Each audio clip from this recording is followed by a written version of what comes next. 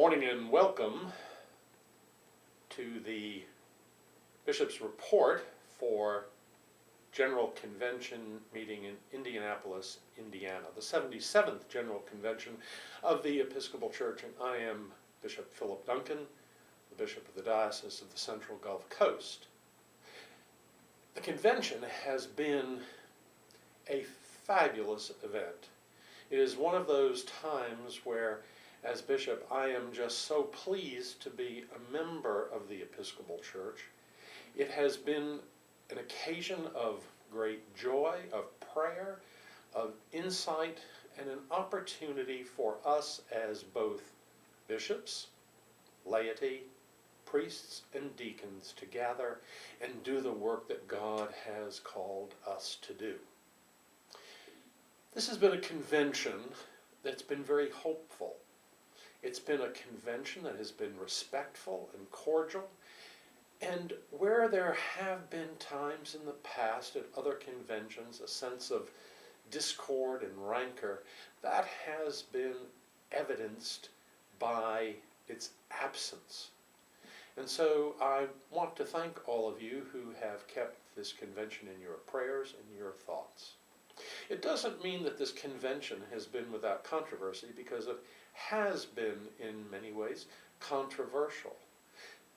But there has been a sense in that controversy of people looking and dealing with one another in a sense of who we are as God's people, seeking to do what God would have us do, praying, reading the scriptures, looking at theology, and enjoying one another as God has intended us to be within the community of faith as the church and the people of God.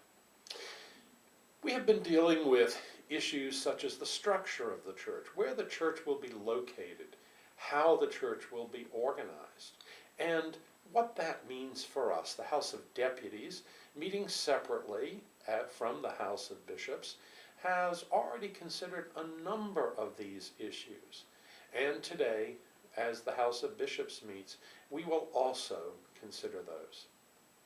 2 days ago, the bishops voted in favor, 111 to 44, in favor of beginning the blessings of same-gender relationships. That is, same-sex relationships. This is not gay marriage. This is a sense of the church opening up its opportunity for people of same-gendered sex to have their relationships of fidelity and lifelong union blessed by a priest within the church. I must tell you that I voted no on that. I was one of the 41.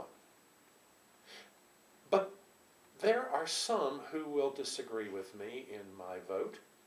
The prevailing side certainly disagreed, many of my friends voting in that direction. And that's okay. We in the Episcopal Church do not shy away from having people within the church who hold opposing views.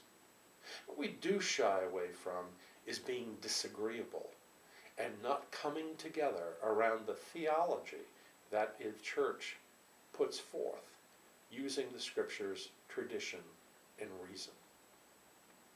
And so, even though some will disagree, it is an opportunity for us to move forward.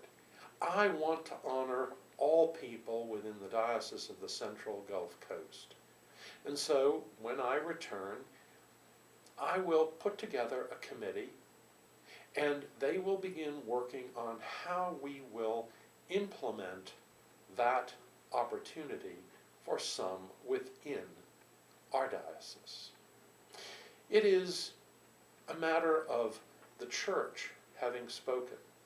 It is a matter of who we are as God's people. The other issues that will come before the church are varied and not as controversial, but they're important nonetheless. Who are we as church? Where is God calling us in the future? And what opportunity do we have to include all people within the church itself, reminding ourselves that it is the opening of the kingdom of God, that none be excluded from God's love.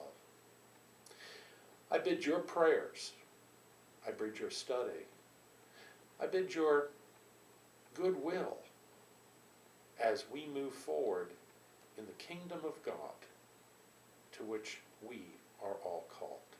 May God bless us all in the relationships that we have, and may God help us proclaim who Jesus is to a troubled and broken world.